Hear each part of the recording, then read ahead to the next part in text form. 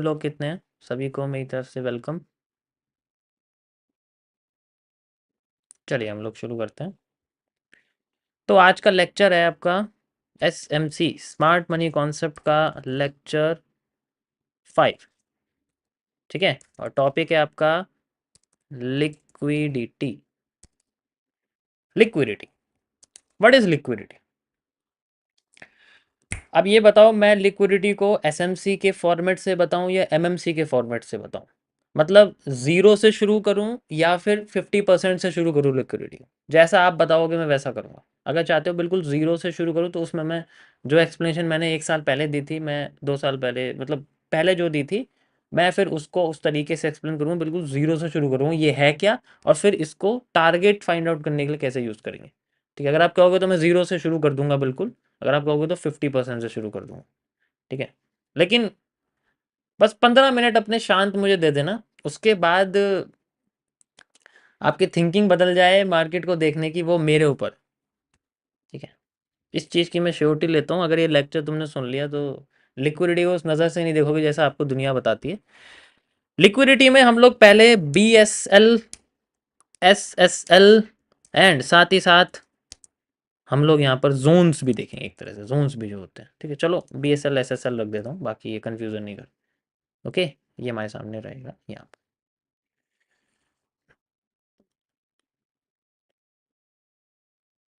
गंदा लग रहा है बहुत।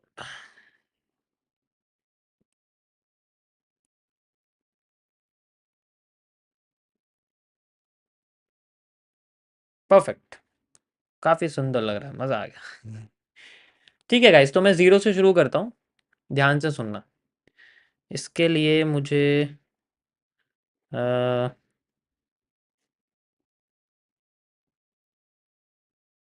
इसके लिए मुझे एक चीज़ आप लोगों को बतानी पड़ेगी, रुको। ठीक है, I have to open something.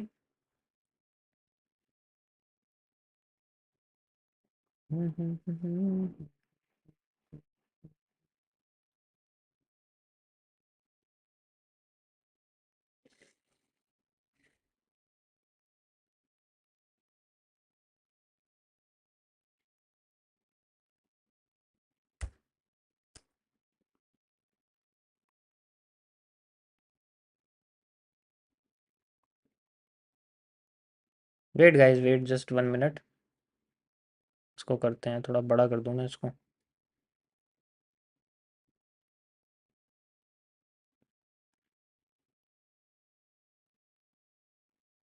Okay,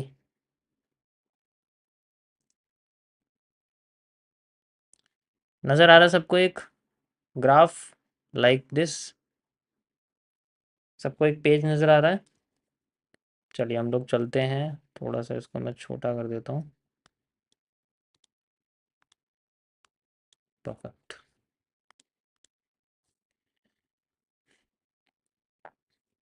okay, सो हम लोग यहाँ पर देखते हैं लिक्विडिटी के बारे में कि लिक्विडिटी कैसी होती है और किस तरीके से हम इसको यूज़ कर सकते हैं।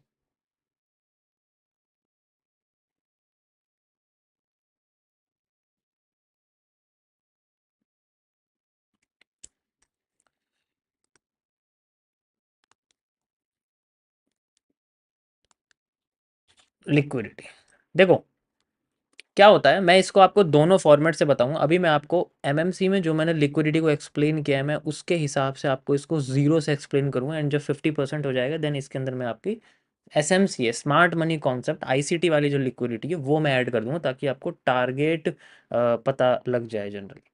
ठीक है, अब आप अगर देखो ज़्यादा चैट करोगे तो मेरा ध्यान चैट्स पे जाएगा, तो 2 मिनट के लिए शांत हो जाओ बस। ठीक है, लाइफ चेंज हो जाएगी आपकी अगर आप इस चीज़ को समझ लोगे। सारी खेल इसी के ऊपर डिपेंड करता है। देखो होता क्या है, पहले इसको समझो ये है क्या। इसके इसके अंदर ना दो चीज़ हैं। एक होती है लिक्विड। लिक्विड का मतलब क्या होता है? देखो लिक्विड का मतलब होता है, टेक्नोलॉजी में लिक्विड का मतलब होता है एक ऐसी चीज़ जो इधर से उधर फ्लो कर सकती है। ठीक है, लेकिन उसके ऊपर कंट्रोल होना चाहिए। ठीक है, लेकिन उसके ऊपर हमें कंट्रोल जनरली हमारा होना चाहिए। इस चीज़ को समझो। तो इसको हम लोग जनरली फिजिकल भाषा में कैश कहते हैं। जैसे नोट होते हैं ना आपके, फिजिकल दुनिया में कोई भी नोट हो हमारे पास, वो कैश होता है जनरली, उसे हम लोग कैश कहते हैं। अब जब ये कैश कैसे, मतलब ये लिक्विड बनता कैसे है? ये लिक्विड जो है ये बनता कैसे है? जब हमारा पैसा बैंक में होता है तो वो नंबर शो होता है, सिर्फ नंबर है। बैंक, हमने लॉगिन करा, वहाँ 1 रुपये भी उतने ही शो होगा, 1 करोड़ भी उतना शो होगा, 100 करोड़ भी उतना शो होगा। लेकिन जब उसका आप कैश में रखोगे ना, 1 रुपये एक सिक्का है, 1 करोड़ इतना है कि टेबल भर जाएगी। ठीक है, मतलब जितना मुझे अंदाज़ा है, अंदाज़ा ही दे सकता हूँ। और 100 करोड़ तो पूरा रूम ही भर देगा। ठीक है, तो इस हिसाब से वो होता है जनरली। जो प्रोसेस होता है जिससे हम लोग अपने एसेट को कैश में कन्वर्ट करते हैं, उसे हम लोग लिक्विडिटी कहते हैं। ठीक है, जो प्रोसेस होता है जिससे जिससे हम लोग अपने एसेट को कैश में कन्वर्ट करते हैं। एसेट हमारे कई तरीके के हो सकते हैं, जैसे मान के चलो आपका कोई रियल एस्टेट हो गया।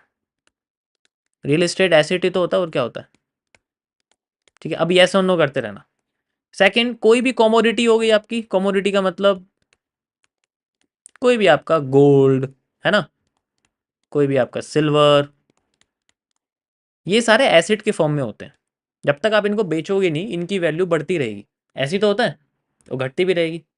एसेट वही होते हैं। एक लाइबिलिटी होती है जिसकी वैल्यू सिर्फ कम होती है, जैसे गाड़ी है, फ़ोन है। ठीक है, उस तरीके से। जैसे एज है, एज भी एक लाइबिलिटी है वो बढ़ती है, लेकिन एक्चुअल में हम कमज़ोर हो रहे होते हैं। प्लैटिनम है, जिसे हम लोग वाइट गोल्ड कहते हैं। ठीक है, ये महंगा होता है गोल्ड से जनरली। उसके बाद एसेट हमारा दूसरा, जैसे कंपनी के शेयर्स हो गए आपके पास, तो these are the things which are in the form of assets. ये चोरी नहीं हो सकते, ये डिजिटल फॉर्म की मैं बात कर रहा हूँ जनरली। ठीक है, जैसे घर चोरी थोड़ी हो जाएगा, घर थोड़ी उठा के कोई ले जाएगा। हाँ, कब्जा कर सकता है, वो अलग बात है, लेकिन पॉजिटिव रहने पे ये सारी चीज़ें ऐसी हैं जिन पे लोग अपने 99% पैसा अपना इन जगह पे रखते हैं, क्योंकि इसे ही वेल्थ जनरेशन कहते हैं। बाकी का 1% लिक्विड कैश होता है। जैसे एग्जांपल के लिए मैं यहाँ पर मान लो मैं यहाँ पर, ठीक है, मान लो मैं एग्जांपल के लिए 2 करोड़ बना रहा हूँ एक महीने में। तो यहाँ 2 करोड़ जो मैं बना रहा हूँ ना, मैं इसका 99% हिस्सा इन सब जगह पे लगा देता हूँ, 1% खर्च कर देता हूँ, 1% बैंक में रहता है, तो कोई प्रॉब्लम भी नहीं है। ठीक है, अब कुछ तो रखना पड़ेगा ना, खर्चा कैसे चलेगा, खाना पीना वगैरह वो सब चीज़ें। और अगर शादीशुदा है तो फिर उसके बाद 3 हो गया, 4 हो गया, डिवाइड हो जाएगा। अकेले में तो क्या ही कुछ होगा। इस तरीके से यहाँ है। ठीक है, एग्जाम्पल दे रहा हूँ बस आप लोगों को, रियल में मत समझना। तो इस प्रोसेस में जब हमारे पास ये जो एसेट्स हैं ये कैश में कन्वर्ट हो जाते हैं, that process is known as the liquidity. ठीक है, अब ये जो प्रोसेस है सारा, ये अगर होता है सही तरीके से, तो इसमें जो इन एसेट का प्राइस है, जैसे रियल एस्टेट का कोई प्राइस होगा, मतलब ज़मीन का कोई प्राइस होगा, 1 लाख रुपए गज होगी, 90,000 रुपये गज होगी, 70,000 रुपये गज होगी, 2 लाख रुपए गज होगी, प्राइस है उसका, कोई प्रॉब्लम नहीं है। गोल्ड है, गोल्ड का कोई प्राइस होगा भाई, 80,000 रुपये तोला है, 90,000 रुपये तोला है, 1 लाख रुपये तोला है। सिल्वर का भी प्राइस होगा कुछ ना कुछ। ठीक है, प्लेटिनम का भी कुछ ना कुछ। शेयर्स का भी प्राइस होगा, किसी कंपनी के शेयर्स का भी आपका प्राइस होगा। अब जब भी हम इन एसेट्स को जनरली, ठीक है, हम इन एसेट्स को जनरली कैश में कन्वर्ट करते हैं, यानी कि आसान भाषा में बेच देते हैं, तो उस प्रोसेस को हम लिक्विडिटी कहते हैं। अब जब हम इसको बेचते हैं तो इन सब एसेट्स का प्राइस फ्लक्चुएट नहीं करना चाहिए। ठीक है, इन सब एसेट्स का प्राइस फ्लक्चुएट नहीं करना चाहिए, ये चीज याद रखना। बिना प्राइस फ्लक्चुएट करे हुए इस प्रोसेस को हम लोग लिक्विडिटी कह देते हैं। ये दोनों साइड में होती है। जब हम कैश को एसेट में कन्वर्ट करते हैं तब भी लिक्विडिटी क्रिएट होती है, जब हम एसेट को कैश में कन्वर्ट करते हैं तब भी लिक्विडिटी होती है। दोनों चीज़ों में लिक्विडिटी कहते हैं। ठीक है, अभी यहाँ पैसों की बात चल रही है। ठीक है, अभी कैंडल्स की बात नहीं चल रही है, तो थोड़ा अब यहाँ पर जैसे मान के चलो, ये जो प्रोसेस है, यहाँ पर अगर मैं बात करता हूँ किसी भी एसेट की जो हम लोग कैश में कन्वर्ट करते हैं। ठीक है, एसेट को कैश में कन्वर्ट कर देते हैं, इस चीज़ को हम लोग लिक्विडिटी कहते हैं। ऐसा ही होता है, कोई प्रॉब्लम तो नहीं है। इसे हम लोग बोलते हैं स्वैप करना, यानी कि स्वैपिंग, लिक्विडिटी स्वैप। ओके, इसे हम लोग बोलते हैं लिक्विडिटी स्वैप। एसेट हमारे डीमेट अकाउंट में होता है, यानी कि ट्रेडिंग अकाउंट में होता है, तो वहां पर भरा रहता है पूरा। मतलब ये एसेट की एक कैंडल है, जिसे मैं मारूबोजू कह रहा हूँ, this is a marubozu candle of asset. ये डीमेट अकाउंट का एक हमारे पास हिस्सा है। अब इसमें से हम लोग मान लो कैश में कन्वर्ट कर देते हैं, पूरा नहीं करते हम, 90% कर देते हैं। तो ऐसा जब होता है तो हमारे पास में इसकी वैल्यू खत्म हो जाएगी, तो कैश में कन्वर्ट होने के बाद हमारे डीमेट अकाउंट में सिर्फ इतना पैसा बचेगा।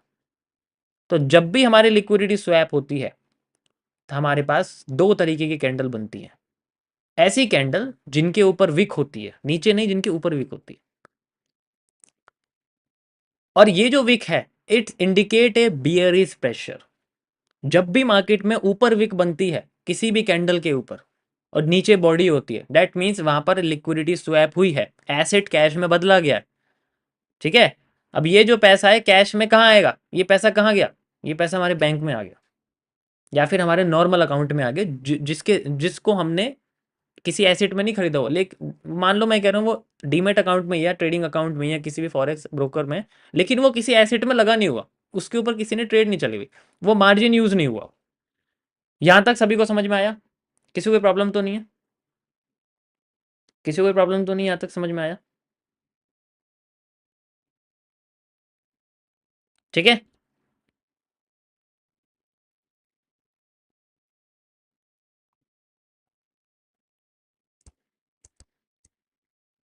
अरे ये ऊपर कैसे होगा?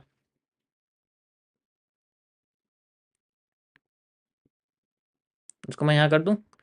अब मानो मैं आपसे कहता हूँ कि दोबारा से अब हमने क्या करना है, अब हमने कैश यानी कि जो हमारा बैंक है, मैं भाई बैंक में से या फिर अपने डीमेट में से जो कैश पड़ा है उसको मैं दोबारा से एसिड खरीद रहा हूँ। मान लो मैं गोल्ड की ट्रेड लगा रहा हूँ आसान भाषा में, तो मैं गोल्ड की ट्रेड लगा रहा हूँ। तो ऐसे में जब हम कैश को एसिड में कन्वर्ट करते हैं तब हमें बोलते हैं स्वीपिंग करना, स्वीप। इसे हम लोग बोलते हैं लिक्विडिटी स्वीप। दोनों में बहुत फर्क है, ये बिल्कुल डीप में आपको बता रहा हूँ मैं, दोनों में बहुत फर्क है। दोनों में जमीन आसमान का फर्क है। तो ये कैश जो है मेरे ट्रेडिंग नॉर्मल अकाउंट में है, और उसके बाद जब मैं इसमें से निकाल देता हूँ तो ये पैसा चला जाता है मार्केट में। ऐसे केस में नीचे से प्रेशर आता है तो हैमर, हैंगिंग मैन जैसे पैटर्न बनते हैं।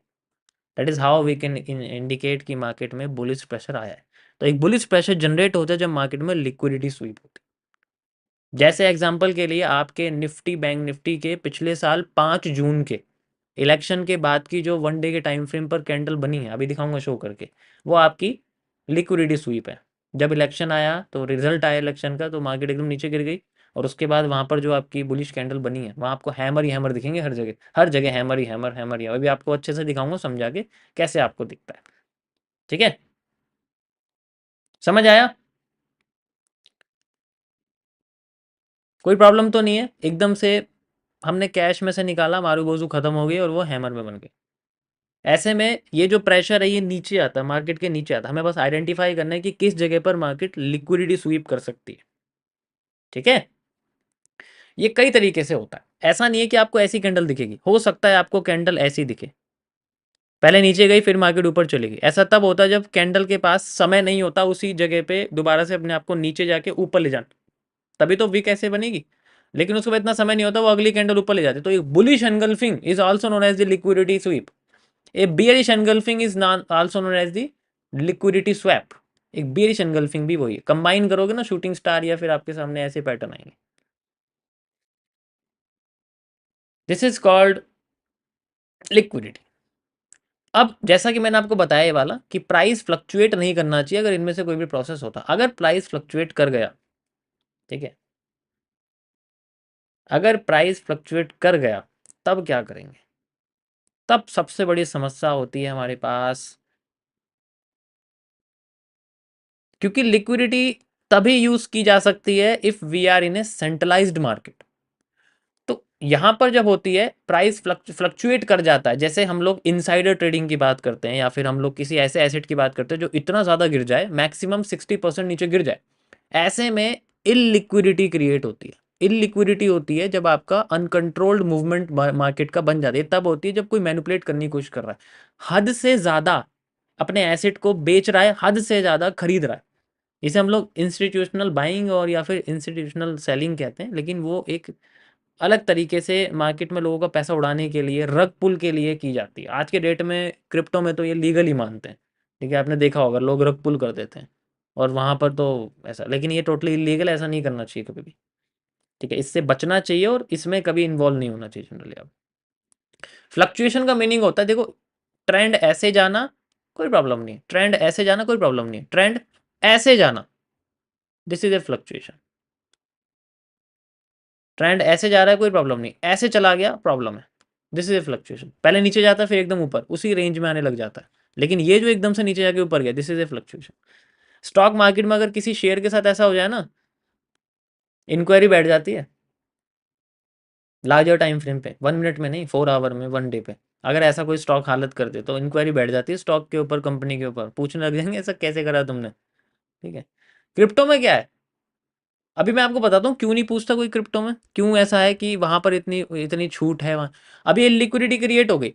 अब यहाँ पर अगर मान लो एग्जांपल के लिए मैं आपसे कहता हूँ कि मार्केट अच्छी खासी हमारे पास ऊपर जा रही थी, ठीक है, मार्केट हमारी अच्छी खासी ऊपर जा रही थी, मान लो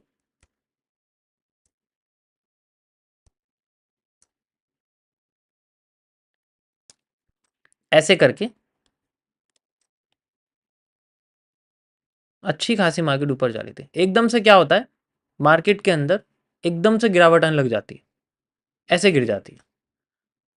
अब भैया तो बहुत बड़ी चीज़ है ना, लार्जर टाइम फ्रेम पे मान लो मेरे सामने इतना बड़ा मूवमेंट अगर मार्केट में डाउन साइड में आ गया, एग्जांपल के लिए मैं आपको निफ्टी बताता हूँ, निफ्टी का इंडेक्स से, ये 5 जून की डेट का ग्राफ है।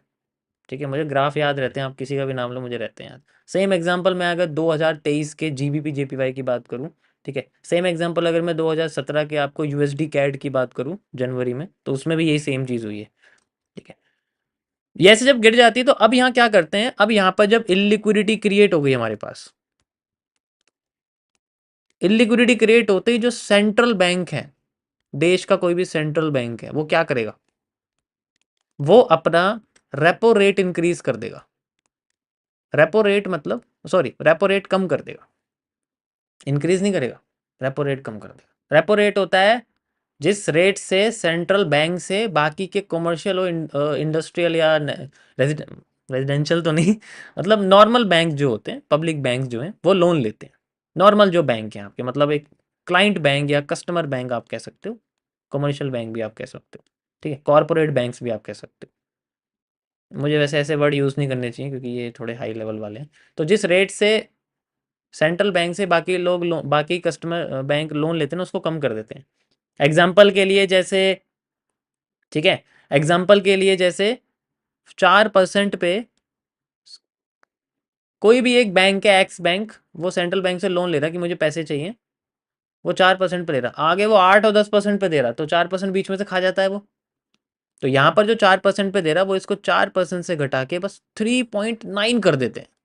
यहाँ पर बस 0.1% का उन्होंने डाउन कर दिया। और यहाँ पर जब ये 0.1 कर दिया, यहाँ ये नॉर्मल कस्टमर्स को, यहाँ पर मान लो मैं आ रहा हूँ बिल्कुल खुश होता हूँ, भाई मुझे बैंक से लोन चाहिए, अब मैं सोच के आ रहा हूँ मुझे तो 8% पे मिलेगा, अब मैं जाके देखता हूँ मेरे को यहाँ 7.7% पे मिल रहा है। तो मैं यहाँ पर 1 लाख का सोना खरीदने आया था, मैं 2 लाख का खरीद के जाऊंगा। ठीक है, यही तो है, मैं 2 लाख का खरीदूँ, मुझे कम इंटरेस्ट मिल रहा है ना, तो मैं बिल्कुल खुश हो जाऊंगा, क्या बात है भाई। अब तो कम इंटरेस्ट पे मिल रहा है, वो अलग बात है कि अगर ये होम लोन पे मिल जाए तो और भी बढ़िया है, लोगों का होम बन जाएगा। अब यहाँ पर जैसे ये होगा तो अब लोग एकदम से क्या करेंगे, अब लोन मिल रहा है, अब भागेंगे एसेट्स खरीदने के लिए, पैसा लोन पे लेंगे बैंक से। बैंक को जब सस्ता लोन मिला तो आगे वो सस्ता ही देगा, लोगों को सस्ता लोन देने के लिए हम लोग भागेंगे, भागने के बाद हम लोग वही एसेट्स खरीदेंगे जिनको मैंने आपको बताया था, रियल एस्टेट हो, कमोडिटी हो, शेयर्स हो, इन सब लोगों पे लोग पैसा लगाएंगे, दबा के पैसा लगाएंगे, तो market automatically, indexes, economy grow करेगी। अब हमारे सामने प्रोड्यूस होंगे लिक्विडिटी स्वीप हाई प्रेशर में, और ये तब तक होगा, ये रेपो रेट तब तक रहेगा जब तक उनको नहीं लगता कि मार्केट अपनी ओरिजिनल पोर्शन पे पहुंच चुकी है जहां से गिरी थी।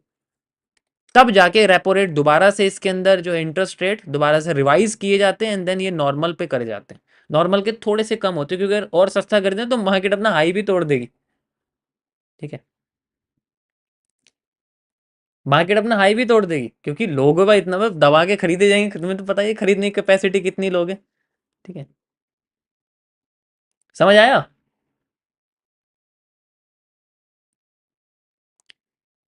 अगर ये ज्यादा हो गया, इन केस, तो उसे हम लोग लिक्विडिटी रिस्क भी कहते हैं। हद से ज्यादा अगर चीजें खरीद ली उसे भी लिक्विडिटी रिस्क कहते हैं। ऑल टाइम हाई एक लिक्विडिटी रिस्क का एग्जांपल, उसे भी कंट्रोल करा जाता है। ऐसे केस में रेपो रेट को बढ़ा दिया जाता है, जैसे 4 की जगह 4 पॉइंट, यहाँ पर मैं ये कह रहा हूँ कि 4 पॉइंट आपका 1% कर दिया मान लो, तो इसको बढ़ा दिया जाता है जनरली। समझ आया? देखो मुझे इसको बड़ा कर देता हूँ। ओके, बड़ा कैसे होगा ये? ओके, हो गया।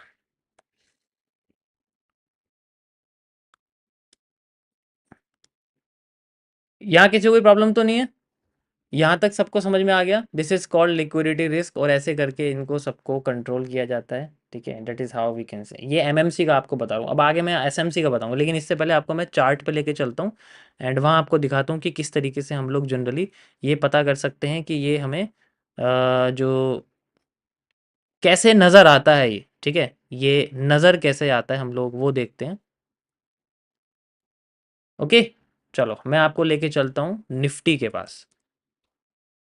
निफ्टी में हम लोग चलते हैं और यहाँ पर मैं आपको 1 डे का टाइम फ्रेम लेके चलता हूँ। ठीक है, ये हमारे सामने 1 डे का टाइम फ्रेम है। जैसा कि मैंने आपको बताया था कि हम पिछले साल जुलाई में, जून में चलते हैं, पिछले साल की जून में। आप देखो ये पिछले साल की जून है, 4 जून आपको दिख रहा है। मैं 4 आवर में आ जाता हूँ, चलो 4 आवर में आ जाता हूँ और भी ज़्यादा अच्छा रहेगा।